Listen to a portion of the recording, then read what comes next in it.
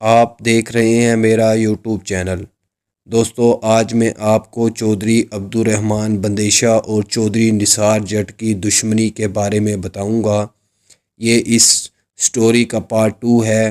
جن لوگوں نے ابھی تک پارٹ 1 نہیں دیکھا وہ میری ویڈیوز میں جا کر پارٹ 1 دیکھ لیں تاکہ آپ لوگوں کو اس سٹوری کی مکمل سمجھ آ جائے۔ تو چلیے کہانی شروع کرتے ہیں۔ چودھری نثار جٹ اور فیصل آباد مسلم لیگ نون کی تمام قیادت نے مختلف قبضہ گروپوں کو ساتھ ملا کر چودھری عبدالرحمن بندیشہ پر پریشر بڑھانا شروع کیا اور اسے قتل کرنے کی دھمکیاں دی، اور قتل کرنے کے لیے کئی بار پلاننگ بھی کی گئی۔ لی گئی انفارمیشن کے مطابق چودھری عبدالرحمن بندیشہ کو قتل کرنے کے لیے 8 بار پلان بنایا گیا تھا، جس کے مطابق عبدالرحمن بندیشہ کو قتل کرنے کے لیے پنجاب کے مختلف علاقوں سے خطرناک قبضہ گروپوں کو سپاری دی گئی تھی اور ان کو اس کام کے لیے کروڑوں روپے دیے گئے، لیکن 8 میں سے 7 بار عبدالرحمن بندیشہ پر ہونے والے حملوں میں عبدالرحمن بندیشہ محفوظ رہا، جس کی وجہ یہ تھی کہ عبدالرحمن بندیشہ کو قتل کی پلاننگ کی اطلاعات پہلے سے ہی پہنچ جاتی تھی۔ ان قبضہ گروپوں کے سربراہوں اور لوگوں میں سے بہت سے ایسے لوگ شامل تھے جن پر چودھری الیاس جٹ نے بے پناہ احسانات کیے تھے۔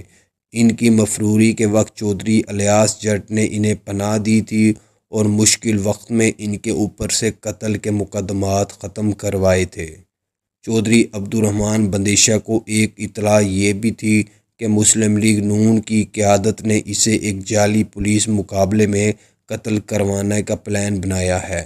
اس کام کے لیے ڈی سی او فیصل آباد شیخ طارق اور ڈی پی او امجد شعیب کو احکامات بھی جاری کیے گئے تھے، لیکن بندیشہ خاندان کے تعلقات کا اندازہ اس بات سے لگایا جا سکتا ہے ان دونوں افراد نے فیصل آباد شہر سے اپنے تبادلے کروا لیے تھے۔ اب یہ ان لوگوں کا خوف تھا یا عبدالرحمن بندیشہ خاندان کے لیے محبت تھی، اس بات کو اللہ ہی بہتر جانتا ہے۔ اس ڈی سی او فیصل آباد نے چودھری عبدالرحمن بندیشہ کے ڈیرے پر آ کر تمام تفصیلات عبدالرحمن بندیشہ کو بتا دی تھی، جس کا علم اس وقت کے وزیر اعلیٰ پنجاب شہباز شریف کو ہو گیا تھا، اور شہباز شریف نے اس ڈی سی او کے خلاف ایک جھوٹی انکوائری بنا کر بعد میں اس کو ڈی سی او سے ایس ڈی او میں تبدیل کر دیا تھا۔ اس وقت رانا ثناء اللہ صوبائی وزیر قانون تھا، جس نے پنجاب کی تاریخ کے سب سے متنازع ڈی پی او انور سلیم کو فیصل آباد میں تعینات کروایا۔ یہ بندہ رانا ثناء اللہ کے خاص بندوں میں سے ایک بندہ شمار کیا جاتا تھا۔ عبدالرحمن بندیشہ نے بھی اپنی سیکیورٹی بڑھا دی تھی۔ کہا جاتا ہے کہ بندیشہ خاندان کے تعلقات بہت سے اہم بیوروکریٹ سے بھی تھے اور آج تک قائم ہیں۔ ڈی پی او انور سلیم نے پولیس کی ایک ریڈ کروائی جس میں پولیس کے درجنوں افسروں نے حصہ لیا۔ یہ ریڈ عبدالرحمن بندیشہ کے ڈیرے پر کروائی گئی، جس کے بعد فیصل آباد کی بیوروکریسی میں ہلچل مچ گئی تھی۔ کہا جاتا ہے کہ بندیشہ خاندان نے اس واقعہ کے بعد فیصل آباد کی بیوروکریسی کو ہلا کر رکھ دیا تھا۔ جس وقت پولیس نے عبدالرحمن بندیشہ کے ڈیرے پر ریڈ کی تو اس وقت سعید احمد بندیشہ کے دوست جمال بن حمزہ عبدالرحمن کے پاس اس کے باپ کی قبر پر فاتحہ کرنے آئے تھے۔ یہ شیخ جمال بن حمزہ عبدالرحمن بندیشہ کے والد سعید احمد بندیشہ کا دوست تھا۔ ان دونوں کی دوستی سعودی عرب میں حج کے دوران ہوئی تھی۔ میاں نواز شریف نے اقامے بھی اسی عربی جمال بن حمزہ کی کمپنی سے ہی بنوائے ہوئے تھے۔ اس عربی جمال بن حمزہ نے موقع پر ہی میاں محمد نواز شریف کو فون کیا اور میاں محمد نواز شریف سے سخت تلخ کلامی کی۔ میاں محمد نواز شریف کے اس وقت عدالتوں میں کیس چل رہے تھے۔ میاں محمد نواز شریف نے جمال بن حمزہ کی بات مانتے ہوئے اس پولیس مقابلے میں حصہ لینے والے 4 D S Ps, 2 S H Os جبکہ باقی سپاہیوں کو ان کے عہدوں سے فارغ کر دیا تھا اور انہیں نوکری سے چند مہینوں کے لیے برخاست کر دیا تھا۔ اس طرح کچھ عرصہ بعد مسلم لیگ نون کی حکومت بھی ختم ہو گئی تھی اور ان کے دور اقتدار کے 5 سال ختم ہو گئے تھے۔ کہا جاتا ہے کہ عبدالرحمن بندیشہ نے چودھری نثار جٹ کے ساتھ صلح کرنے کے لیے کبھی کوشش نہ کی، لیکن چودھری نثار جٹ نے صلح کرنے کے لیے کئی قد آور شخصیات سے سفارشیں کروائی، جن میں سابق اسپیکر قومی اسمبلی سردار ایاز صادق، سابق وفاقی وزیر ریلوے خواجہ سعد رفیق، جبکہ پیپل پارٹی پنجاب کے صدر لطیف کھوسہ کے ذریعے بھی چودھری نثار جٹ نے عبدالرحمن بندیشہ کو معاملات طے کرنے کے لیے پیغامات بھجوائے۔ عبدالرحمن بندیشہ کے اپنے اور باپ کے ذاتی تعلقات کی وجہ سے ان کے کافی اہم عہدوں پر فائز لوگوں سے تعلقات تھے اور ان کو ان تعلقات کی وجہ سے سپورٹ بھی مل رہی تھی۔ بالآخر چودھری عبدالرحمن بندیشہ کو چودھری نثار جٹ نے فیصل مسجد امام اسلام آباد کے خطیب مفتی سلیم سے فون کروایا اور عبدالرحمن بندیشہ نے ان کی بات کو نہ ٹالا۔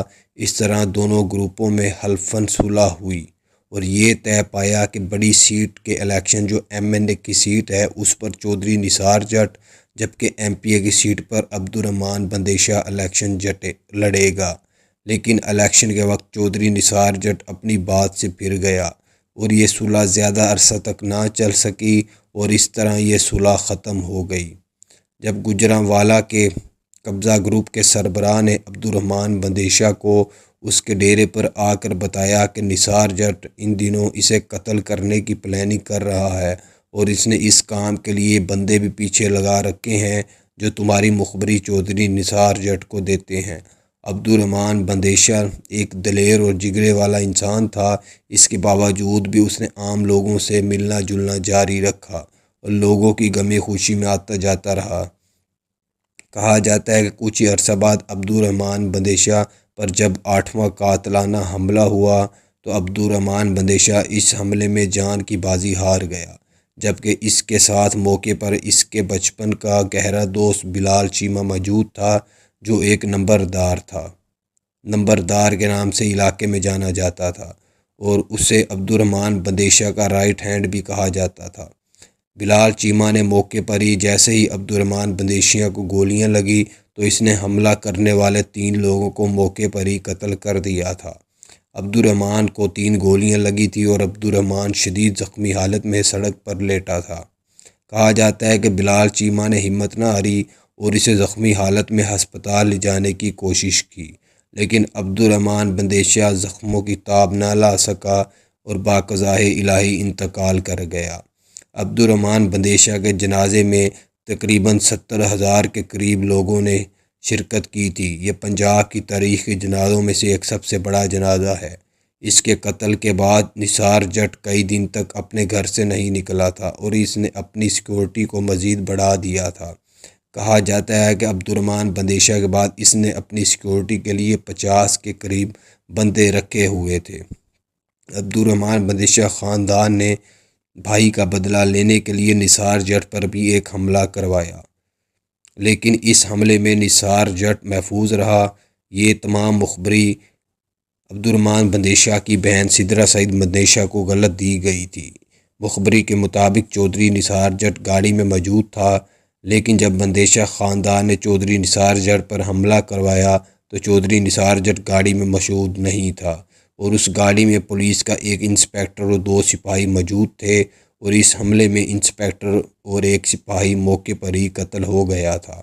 اس قتل کے الزام میں چودھری نثار جٹ نے مقدمہ بندیشہ خاندان کے لوگوں کے خلاف درج کروایا تھا، جبکہ عبدالرحمن بندیشہ کی بہن چودھری محترمہ سدرا سعید بندیشہ نے بھی ان مقدمات کا کراس پرچہ چودھری نثار جٹ پر کروایا۔ اس کے علاوہ محترمہ سدرا سعید بندیشہ نے دہشت گردی کے مقدمات بھی چودھری نثار جٹ پر قائم کروائے۔ چودھری نثار جٹ نے بھی دہشت گردی کے مقدمات درج کروانے کی بے پناہ کوشش کی، لیکن اسے کامیابی نہ مل سکی۔ چودھری سدرا سعید بندیشہ نے اس پر دہشت گردی کے مقدمات درج کروانے کے لیے بہت سے اہم سیاسی لوگوں کی مدد حاصل کی اور ایسا کرنے میں کامیاب رہی۔ دوستو، آج بھی نثار جٹ گروپ اور عبدالرحمن کے ہمشیرہ سدرہ سعید بندیشہ کے گروپوں کے درمیان دشمنی جاری ہے۔ آپ لوگوں نے ابھی تک اگر میرا چینل سبسکرائب نہیں کیا تو میرا چینل سبسکرائب کر لیں۔